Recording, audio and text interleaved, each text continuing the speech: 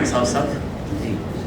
चले बहुत बढ़िया। पूजा जी ने कहा कि अगर उनके हाथ पैर कांपे सुनाते वक्त उन्हें माफ़ कर दिया जाए, तो मैं भी यही कहूँगा कि मेरे भी हाथ पैर कांप सकते हैं। इसलिए नहीं क्योंकि ये मेरी पहली परफॉर्मेंस है, पर इसलिए क्योंकि जब जब मैं परफॉर्म करता हूँ तो मुझे याद आता है जैसे पहली बार देख के मैं कांपा था। क्या बात है। हो सकता है कि उसको याद करते मैं पहले फिर काम चाहूँ। आजकल एक ट्रेंड चला हुआ है इंस्टाग्राम पर बहुत ज़्यादा, पसंदीदा औरत, कि मैंने अपनी पसंदीदा औरत को देखा तो ऐसा लगा, वैसा लगा, ये हुआ वो हुआ। मैं कहता हूँ अगर आप ये लिख पा रहे हैं, ये बता पा रहे हैं कि आपको आपकी पसंदीदा औरत को देखकर कैसा लगा, क्या महसूस हुआ, तो मेरे यारों आप गलतफहमी में हो, वो आपकी पसंदीदा औरत नहीं। क्योंकि अगर आप बता पा रहे हो तो कुछ कमी है। जब एक भक्त को ईश्वर का दर्शन हो जाए ना, तो फिर वो बता नहीं सकता कि उसे कैसा लगा, उसने क्या महसूस किया।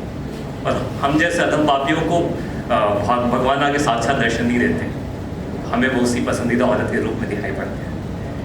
तो ये बता पाना कि उसे देखकर कैसा लगा, ये संभव है। एक शेर सुना रहा हूँ बस, कि वो आंखों की चमक उसकी, वो शर्माना, वो मुस्काना। वो आंखों की चमक उसकी, वो शर्माना, वो मुस्काना। उसे देखा तो यूँ खोया, न कुछ समझा न कुछ जाना। उसे देखा तो यूँ खोया, न कुछ समझा न कुछ जाना। एक मद्दा एक शेर सुना रहा हूँ, फिर एक नज्म, और वक्त बहुत कम है तो जगह दे दूँगा। यूँ है कि सरलता से पालू वो मंजिल नहीं है, सरलता से पालू वो मंजिल नहीं है, मगर साथ तू है तो मुश्किल नहीं है। सरलता से पालू वो मंजिल नहीं है, मगर साथ तू है तो मुश्किल नहीं है। और कई शेर पढ़कर है ये बात जानी, कई शेर पढ़कर है ये बात जानी, कोई शेर उसके मुकाबिल नहीं है।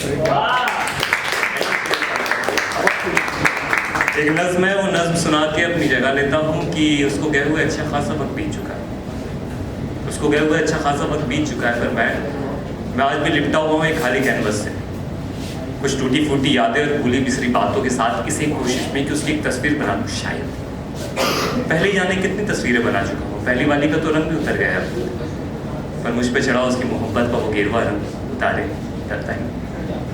इसलिए तो अभी जब कभी देखता हूँ खुद को आईने में तो दिखाई पड़ता है मुझे 10वीं कक्षा में पढ़ता वो नादान लड़का जो अपनी जुल्फे संवारते हुए बस इसी ख्याल में डूबा रहता था कि विद्यालय में जो तुमसे नजर मिली तो क्या कहूँगा तुमसे, क्या कह सकूंगा वो जो मेरी दिल की धड़कनें पिछले कुछ महीने से मुझसे कह जा रही हैं, या झुका लूंगा नजर घुमा लूंगा, नजर घुमा दूंगा, बातें वैसे जैसे अब तक घुमाते आया।